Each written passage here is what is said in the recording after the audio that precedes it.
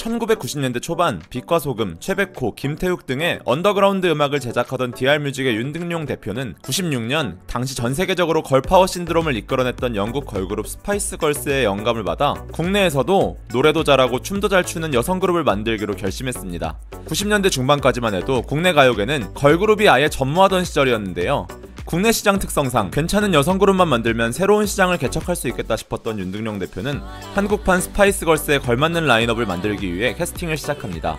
베이비복스가 구성되기 시작한 건 1995년쯤으로 추정되는데 초기 기획안은 3인조 여성그룹으로 영턱스클럽 같은 귀여운 느낌의 세미트롯 그룹이 될 뻔했지만 막판에는 결국 5인조로 결성되었습니다. 이전부터 DR뮤직 소속이었던 이가이와 무용을 전공한 정시훈과 정현전에 예비 고3이었던 이희진을 길거리 캐스팅으로 추가 영입했고 오디션을 통해 재미교포 출신의 보컬 차유미까지 합류하며 5인조 팀이 완성되었지만 이가이가 안무 연습 도중 발목 부상으로 합류할 수 없게 되었고 한국무용 전공의 김희지가 소속사 사장에 의해 길거리 캐스팅되며 한국 최초의 5인조 여성 걸그룹 베이비복스의 원년 멤버가 완성되었습니다. 그룹명 베이비복스의 뜻은 베이비 보이스 오브 익스프레션의 줄임말입니다. 97년 첫 앨범을 발매했으며 98년에 데뷔한 SES와 핑클은 물론이고 디바보다도 먼저 데뷔한 선배 그룹이며 2006년 2월까지 활동하여 1세대 아이돌 중 가장 오래 활동했습니다. 97년 7월 그녀들이 처음 선보였던 타이틀곡은 남자에게라는 페미니스트적 요소가 가미된 노래였습니다.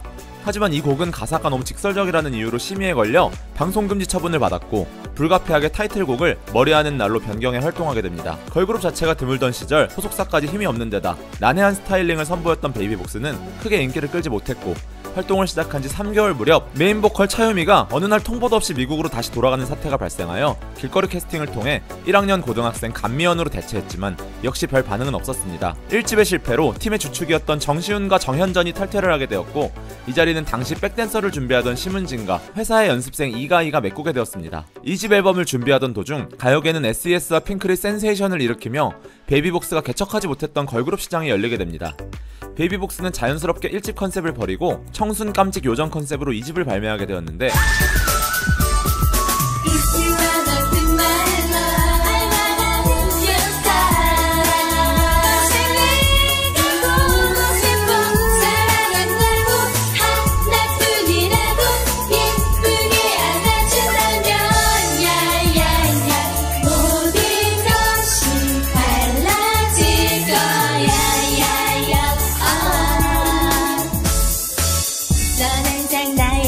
이 노래가 바로 베이비복스의 첫 히트곡 야야야였습니다.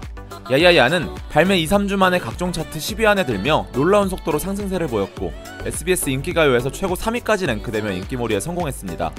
후속곡 체인지까지 준수한 성적을 거두면서 성공적인 2집 활동을 이어나갔고 팬클럽인 베이비엔젤스까지 창단하며 SES와 핑클이 양분하던 걸그룹 시장에 새로운 혜성이 등장했는 줄 알았지만 맏언니였던 이가이의 실제 나이가 탄로나면서 베이비복스는 다시 위기를 맞이하게 됩니다.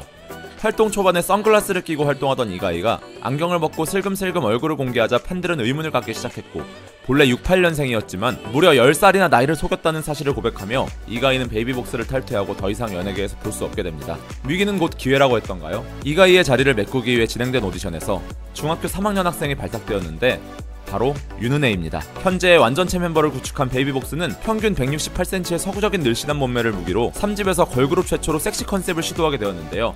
그 노래가 바로 어서 나를 데려가 baby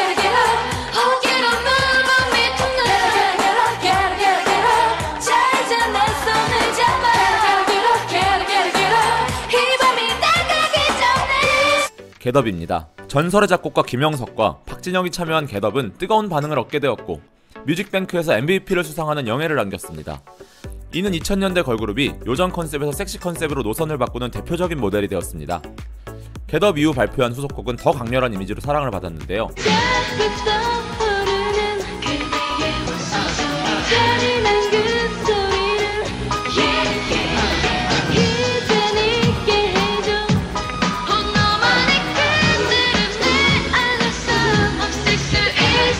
바로 베이비복스의 대표곡 킬러입니다.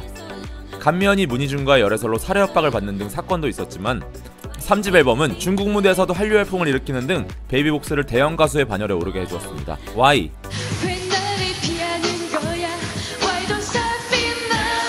우연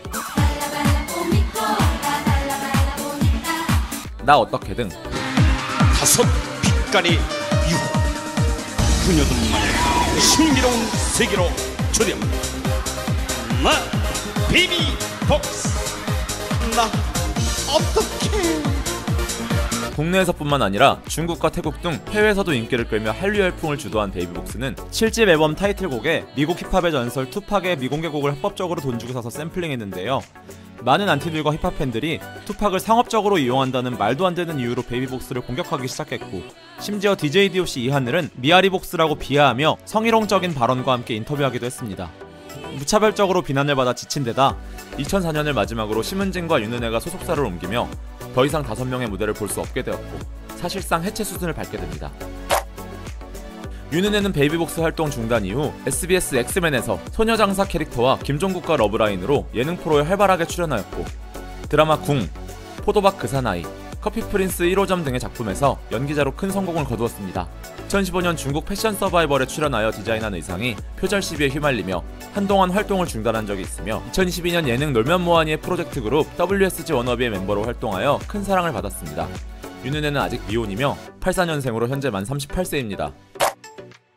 김희진은 베이비복스 활동 중단 이후 소속사를 옮겨 연기자로 전업하였으나 연기자로 활동은 사실상 거의 미비했고, 엠넷 와이드 연예뉴스의 진행자로 주로 활약을 했습니다. 이후 2010년 증권회사에 다니고 있는 회사원과 결혼한 이후 방송 활동은 중단한 상태인데요. 남편은 연대 소지섭이라고 불릴 만큼 잘생기고 184cm의 건강한 체격으로 유명했다고 합니다. 현재는 슬하에 일라밀려를 두고 평범하게 살고 있으며 2018년 베이비복스 팬미팅에서 정확하게 은퇴한 것은 아니고 본인도 연예계의 뜻이 없는 것은 아니라고 밝혔습니다. 김희진은 79년생으로 현재 만 44세입니다.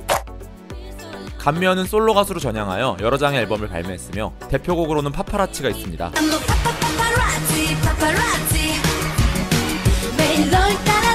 솔로 활동과 함께 뮤지컬 배우로도 꾸준히 활동하고 있으며 예능 출연도 활발히 하여 현재 골 때리는 그녀들의 FC 탑걸 멤버로 활동하고 있습니다. 2019년 3살 연하의 배우 황바울과 결혼하였으며 아직 자녀는 없습니다. 82년생으로 현재 만 41세입니다.